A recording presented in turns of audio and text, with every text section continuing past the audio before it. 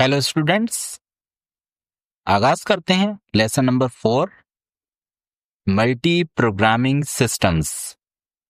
ये evolution of operating system series का तीसरा लेक्चर है।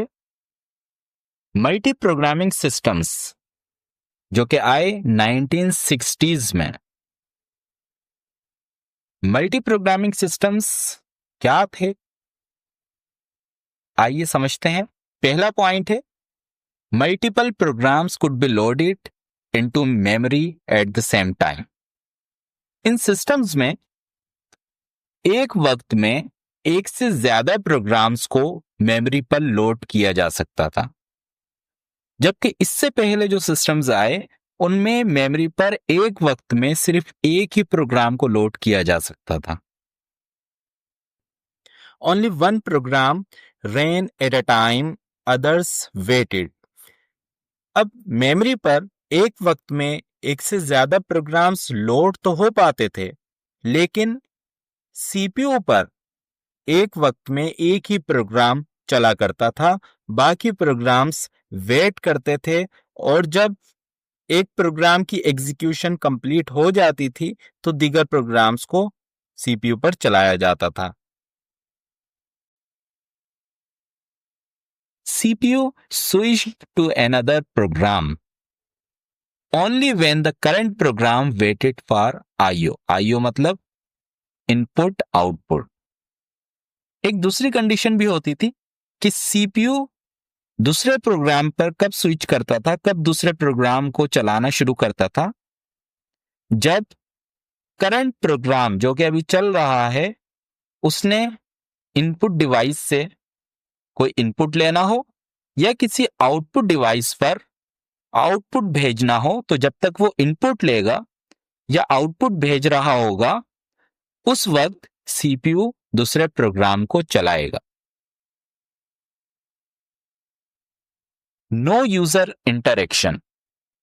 इन सिस्टम्स में भी यूजर इंटरेक्शन नहीं थी, मतलब ये सब कुछ ऑटोमेटिकली हुआ करता था।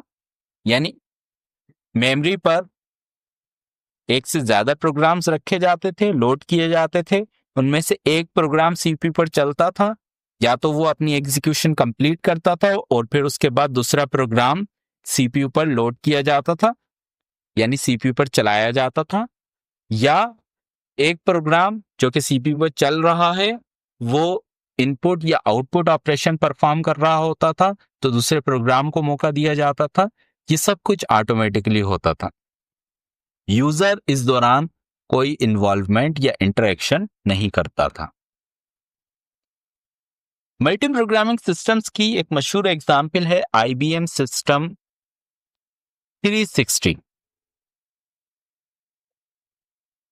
आइए एक मिसाल के जरिए मल्टी प्रोग्रामिंग सिस्टम्स की वर्किंग को समझते हैं। ये मल्टी प्रोग्रामिंग सिस्टम का एक वर्किंग मॉडल मैंने बनाया है।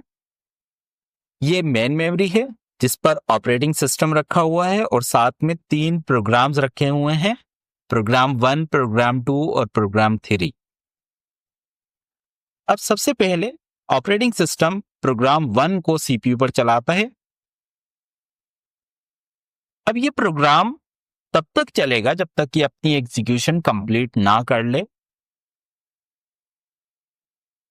जैसे ही अपनी एग्जीक्यूशन कंप्लीट करेगा ये सीपीयू पर चलना बंद कर देगा और दूसरे प्रोग्राम यानी प्रोग्राम 2 को मौका दिया जाएगा, वो सीपीयू पर आकर चलेगा। या दूसरी कंडीशन ये हो सकती है कि इस प्रोग्राम को कोई आईओ ऑपरेशन परफॉर्म करना है। फॉर एग्जाम्पल इस प्रोग्राम को कुछ डेटा प्रिंट करना है प्रिंटर पर, तो ये जब प्रिंट ऑपरेशन कंप्लीट होने का वेट कर रहा होगा, यानी प्रिंटिंग कंप्लीट होने का वेट कर रहा होगा, ऑपरेटिंग सिस्टम अगले प्रोग्राम को सीपीयू पर चलने का मौका देगा और प्रोग्राम 2 सीपीयू पर चलेगा। तो इस तरीके से सीपीयू को फारिग नहीं रहने दिया जाएगा। अगर एक प्रोग्राम प्रिंटिंग का ऑपरेशन कंप्लीट करने में का वेट कर रहा है तो दूसरे प्रोग्राम को सीपीयू पर चला दिया जाएगा। अब इस सिस्टम के एडवांटेजेस क्या क्या थे? बेटर सीपीयू यूटिलाइजेशन, यानी सीपीयू का बेहतर इस्तेमाल। इसका मेन गोल भी यही था कि सीपीयू को ज्यादा से ज्यादा बेहतर तरीके से इस्तेमाल किया जाए। और अभी आपने मिसाल के जरिए समझा कि अगर एक program input output operation complete होने का वेट कर रहा है तो सीपीयू फारिग नहीं बैठता, बल्कि दूसरे प्रोग्राम को सीपीयू पर चला दिया जाता है। इस तरह सीपीयू को हर वक्त बिजी रखा जाता है। नेक्स्ट पॉइंट है, नेक्स्ट एडवांटेज है इंक्रीज्ड थ्रूपुट। थ्रूपुट क्या होता है? एक वक्त में कितने ज्यादा प्रोसेसेस अपनी वर्किंग कंप्लीट कर रहे हैं, अपनी एग्जीक्यूशन कंप्लीट कर रहे हैं, इसी को कहा जाता है थ्रूपुट। तो जाहिर सी बात है, अगर सीपीयू ज्यादा से ज्यादा बिजी रहेगा तो ज्यादा से ज्यादा प्रोग्राम्स अपनी एग्जीक्यूशन कंप्लीट करेंगे और थ्रूपुट बढ़ेगा। तो ये था मल्टी प्रोग्रामिंग सिस्टम। अगर आपको वीडियो पसंद आई है तो इसको लाइक कीजिएगा, अपने दोस्तों के साथ शेयर कीजिएगा, और अगर अभी तक आपने चैनल को सब्सक्राइब नहीं किया तो प्लीज चैनल को सब्सक्राइब कीजिए।